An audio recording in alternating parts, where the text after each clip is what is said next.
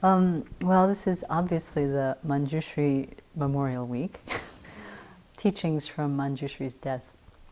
Manjushri is our little kitty, and people have been talking about him for the last couple of days. And for me, the real teaching about Manjushri's death, again, is the suddenness of it.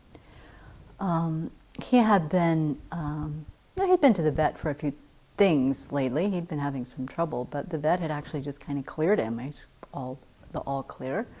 19-year-old cat. Certainly you can expect that the time might be coming, but I think because he just left with that good news from the vet, it was really a surprise to hear him cry and then walk by and see what was going on, and to see him on the floor in what Venerable Jigme has characterized as maybe a seizure, a stroke.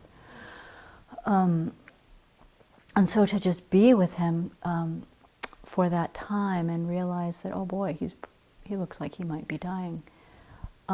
Reminding me again and again and again, the second point, or the second major point of our 9-point death meditation, the time of death is completely unknown. And that's really vivid for me in particular, because this is the 4th death that I've been close to in the last 3 months. And of those 4 people, 25% of them, one, had a terminal diagnosis. The rest were completely, like Manjushri.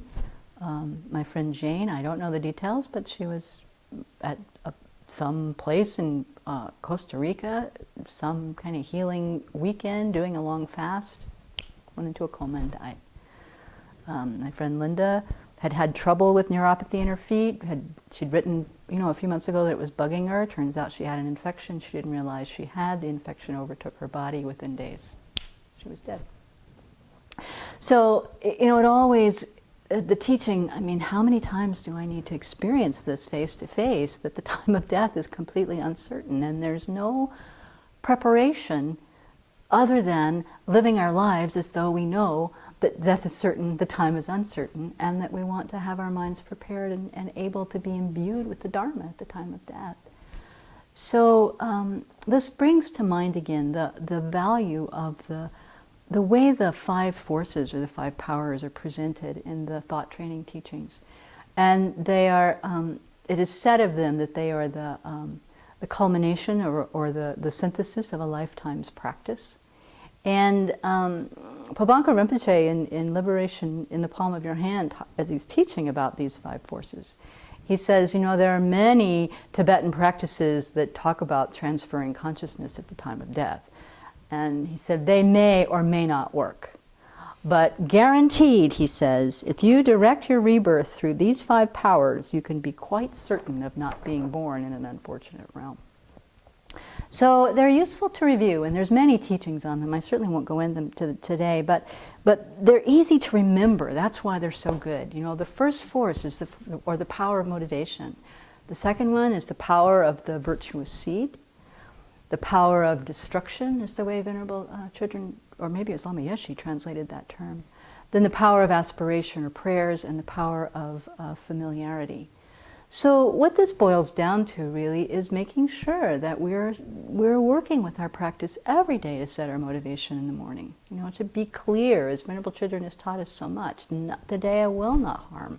Today I want to do things that are beneficial, and today I will really bring my mind to bodhicitta, that aspiration to want to benefit being so much that I aspire to become a Buddha, to try to bring that to life throughout the day and just kind of set that so clearly.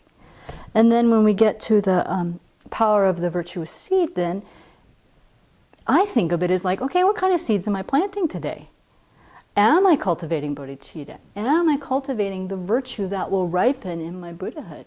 And then am I also dedicating, when I do my virtuous actions, am I trying to be mindful about where that virtue will ripen? Pabanka Rinpoche says, that so much of our virtue is actually wasted in this life. But if we bring it to mind, our intention to dedicate it for our own enlightenment, then it bears fruit all the way to that ultimate destination. Then the power of destruction is just remembering that, what are the causes that keep us in cyclic existence and keep us from being able to benefit others? Well, it's our self-grasping ignorance and our self-centered thought. So working as the afflictions arise, not to let them overcome our minds, or doing what we can to learn the antidotes to begin to change that. Then the prayers of aspiration, which are, setting our long-term goals again, again. Not just to become Buddhas, but also in all future lives never to be separated from the teachings that show us how. Never to be separated from the bodhicitta motivation and the masters who can guide us on that path. And then finally, the power of familiarity is doing it over and over and over and over and over again. Because as Venerable Children said, we're dying even as we're living. From the moment of conception, we're on our way to dying. And so what we habituate our minds to while we're alive is exactly what comes to mind at the time of death. It's just common sense. So recalling these five forces, I think taking every moment, every opportunity when the gross impermanence just smacks us in the face and we're shocked again, like, oh my gosh, see him on the floor now, 5 hours later he's dead.